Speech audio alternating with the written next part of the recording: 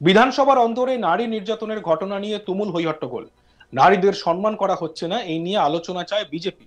তবে আলোচনা তো হয়নি, বরং টিএমসি বিধায়ক তপন চ্যাটার্জির সঙ্গে অন্যদিকে যা ঘটনা ঘটে তা এক বিরাট মোড় নেয়।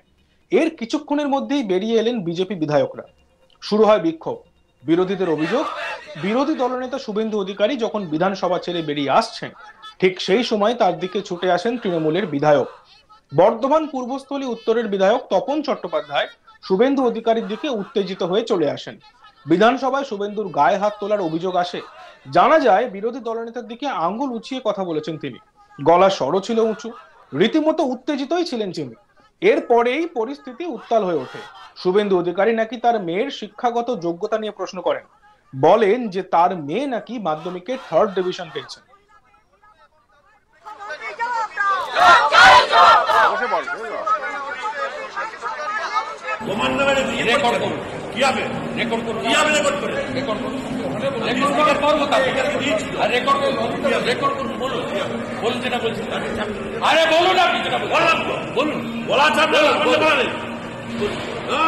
বলুন, শুনুন। আমার মেয়ে 3rd ডিভিশনে পাস করেছে, চাকরি পেয়েছে।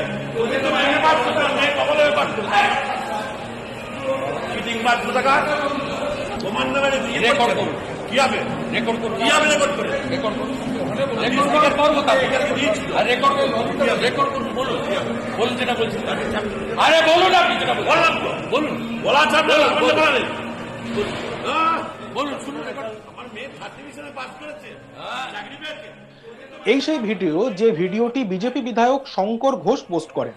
কিন্তু এই ভিডিওর সত্যতা যাচাই করেনি আজ তাক বাংলা। যে ভিডিও আপনারা দেখছেন সেই ভিডিওটি বিজেপি বিধায়ক শঙ্কর ঘোষের পোস্ট করা। এই ভিডিওর সত্যতা কোনোভাবেই যাচাই করেনি আজ তাক বাংলা।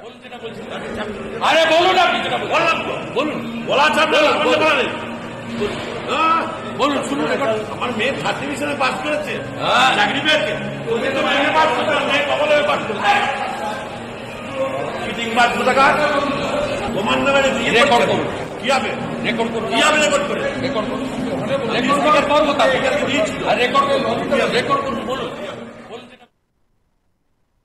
অন্যদিকে বিরোধী দলনেতা শুভেন্দু অধিকারী ঘটনা নিয়ে কি বলেছেন আমরা শুনবো। যেখানে দুর্গা মাকে আমরা পূজা করি, বাংলাতে আমরা ভারত পিতা বলি না, ভারত মাতা বলি, সেই পশ্চিমবঙ্গে মহিলাদের অবস্থা দেখুন।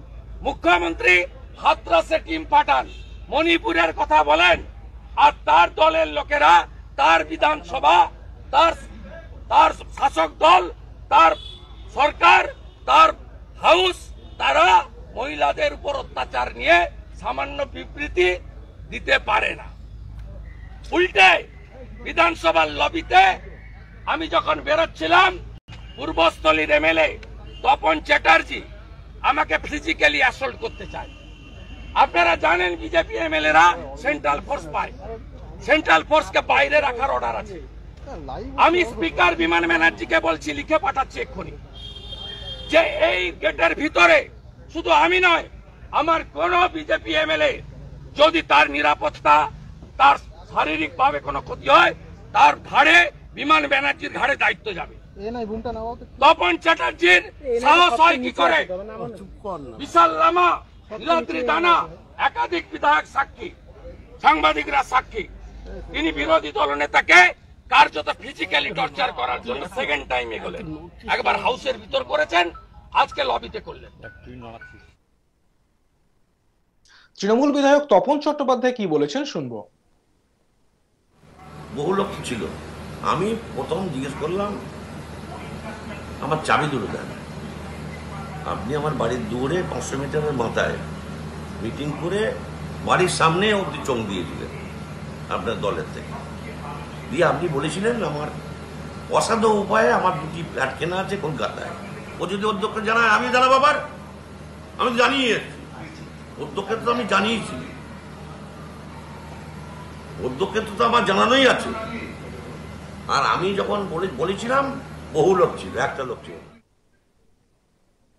অন্যদিকে এই ঘটনা নিয়ে আমরা দেখে নেব আমাদের প্রতিনিধি সুজয় ঘোষের একটি রিপোর্ট। দেখো, যে বিধানসভার যে ঘটনাটা ঘটেছে, যেটা বিরোধী দলনেতা ইতিমধ্যেই যেটা নিয়ে সরব হয়েছেন, যে আজকে তাকে নাকি বিধানসভাতে হেনস্থা করা হয়েছে। তোমাকে বলে রাখি, ঠিক আজকে একটা নাটকীয় ঘটনার যেটা সবাই সাক্ষী থাকলো।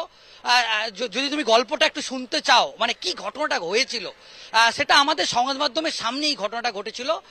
তুমি জানো যে 2024-এ যে লোকসভা নির্বাচন, সেই লোকসভা নির্বাচনে প্রচারে গিয়ে তিনি এই যে তপন চট্টোপাধ্যায়, পূর্বস্থলী তৃণমূল কংগ্রেসের বিধায়ক, তার নাম করে বিরোধী দলনেতা শুভেন্দু অধিকারী তিনি প্রকাশ্যে জনসভায় একেবারে তাকে টার্গেট করে বলেছিলেন যে কলকাতাতে এই বিধায়কের 3-4টি ফ্ল্যাট আছে। এমনকি তুমি যে কথাটা বললে একেবারে তাই, যে এরকম একটা মন্তব্য তিনি কটাক্ষ করেছিলেন। সেটা যদিও সংবাদ মাধ্যমে কোট আনকোট সেই কথাটা বলা, যে তিনি তার যে মেয়ে, তার মেয়েকে নিয়েও শুভেন্দু অধিকারী বেশ কিছু কথা বলেছিলেন এবং তাকে আক্রমণ করেছিলেন, যে তিনি নাকি 3rd ডিভিশনে পাস করেছে বা এই ধরনের বেশ কিছু মন্তব্য করেছেন। আজকে হঠাৎই যখন শুভেন্দু অধিকারী তিনি বিধানসভার অভ্যন্তরে ছিলেন, শুভেন্দু অধিকারী বিরোধী দলনেতা তিনি যখন যে লবি থেকে যখন তিনি বেরোচ্ছেন, বিধানসভার ঘর থেকে যখন বেরোচ্ছেন, হঠাৎ করে পূর্বস্থলীর তৃণমূল কংগ্রেসের এমএলএ তপন চট্টোপাধ্যায় শুভেন্দু অধিকারীকে দেখা মাত্রই তিনি দাঁড়িয়ে পড়লেন। দাঁড়িয়ে পড়ার পরে কি ঘটনা ঘটলো, তিনি বিরোধী দলনেতাকে হঠাৎ করে বলে উঠলেন যে আমাকে চাবি দাও। তো সেই প্রশ্নের শুনেই বিরোধী দলনেতা একেবারে চমকে ওঠেন। তিনি বললেন কিসের চাবি? তখন একেবারে তপন চট্টোপাধ্যায় তিনি বললেন যে তুমি তো অভিযোগ করেছো বা তুমি তো বলেছো গিয়ে আমার নাকি কলকাতাতে 3-4টি ফ্ল্যাট আছে, তাহলে আমাকে, যেহেতু তুমি এই ধরনের অভিযোগ করেছো, তাহলে চাবিটা আমাকে দাও।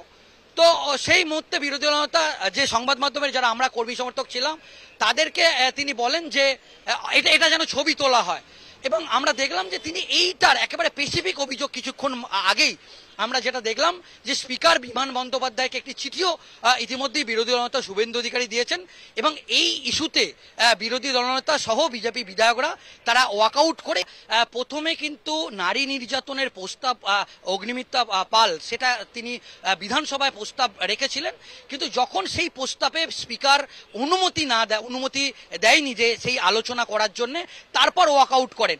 এবং যখন বিধানসভার বাইরে বিজেপি বিধায়করা বেরোচ্ছিলেন, ঠিক তখনই কিন্তু এই ধরনের ঘটনাটা ঘটলো। শুভেন্দু অধিকারী ঠিক বেরোচ্ছিলেন লবির মধ্যে, সেই সময় হঠাৎ করে তপন চট্টোপাধ্যায় তৃণমূল কংগ্রেসের পূর্বস্থলীর এমএলএ হঠাৎ করে শুভেন্দু অধিকারীর সামনে এসে দাঁড়িয়ে পড়লেন। দাঁড়িয়েই শুভেন্দু অধিকারীকে তিনি বললেন যে আমাকে চাবি দাও। তখন শুভেন্দু অধিকারী বললেন যে কিসের চাবি? তখন তপন চট্টোপাধ্যায় বললেন যে লোকসভা নির্বাচনের প্রচারে। দেখতে থাকুন আজ তাক বাংলা, সাবস্ক্রাইব করতে ভুলবেন না।